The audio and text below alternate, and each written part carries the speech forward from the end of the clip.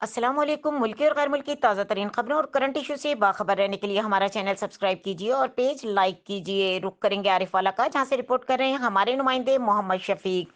आरिफ वाला कबूला थाने में मोहम्मद अकरम जट के खिलाफ झूठी एफआईआर जना बिल जबर करवाई गई, जबकि मोहम्मद अकरम जट आरिफ वाला में टैक्सी चलाता है। इसका इस मामले से कोई लेन देन नहीं, ना ही वो इस औरत को जानता है। आइए जानते हैं मोहम्मद अकरम जट की जबानी।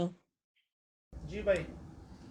ਮੁਹੰਮਦ ਅਕਰਮ ਮੇਰਾ ਨਾਂ ਜੀ। हाँ जी। ਮੈਂ 209 ਦਾ ਰੈਸ਼ੀ ਲਾਟ ਦਾ ਜੀ। अच्छा जी। ਮੇਰੇ ਤੇ ਜਨਾਹ ਦਾ ਪਰਚਾ ਕੀਤਾ ਇਹਨਾਂ ਨੇ अच्छा जी।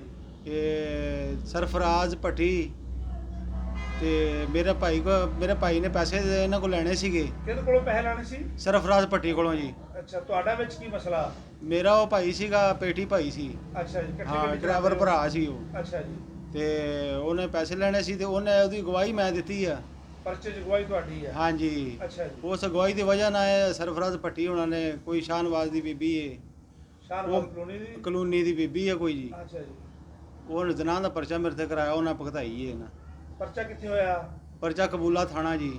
ਇਹਨੂੰ ਸਿਟੀ ਹਰ ਫੜੇ ਕਰਾਉਣਾ ਚਾਹੀਦਾ ਸੀ, ਕਬੂਲੇ ਕੋ ਗਏ ਆ? ਹਾਂ ਜੀ, ਪਤਾ ਨਹੀਂ ਫਿਰ 2 ਨੰਬਰ ਹੀ ਗੱਲ ਲੱਗੀ ਹੈ ਜੀ, ਕੀ ਮਸਲਾ ਇਹਨਾਂ ਕਬੂਲੇ ਕੀਤਾ ਪਰਚਾ ਮੈਨੂੰ। ਕਰਾਇਆ ਇਹਨਾਂ ਨੇ। ਹਾਂ, ਤੇ ਲਿਹਾਜ਼ਾ ਮੈਨੂੰ ਇਨਸਾਫ ਦਿਲਾਇਆ ਜਾਏ ਜੀ। ਠੀਕ ਹੈ। ਹਾਂਜੀ।